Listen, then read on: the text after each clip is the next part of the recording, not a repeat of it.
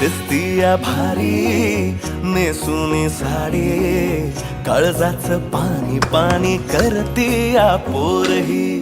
आता किटवाली गावरान बोली, खट्याळ थोडी माझ्या काळजाची चोरही. थोडं माझ्या पिरमत पड तू ग बाई, खुळ्यागत झाला मन तुझ्याच पायी.